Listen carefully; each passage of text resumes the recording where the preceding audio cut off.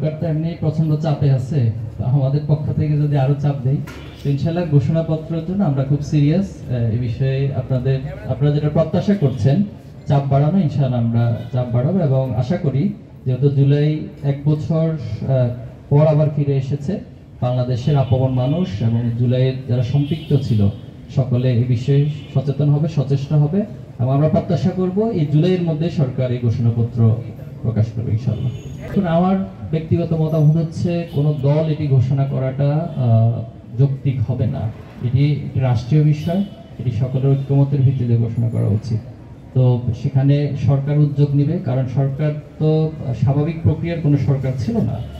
একটি এর উপর ত্যাগের উপর যে বাংলাদেশ বিনির্মিত হয়েছে সেই বসেছে, তো সে বিপ্লব এবং ত্যাগকে ধারণ করবে এবং সরকারের পক্ষ থেকে উদ্যোগ নিবে।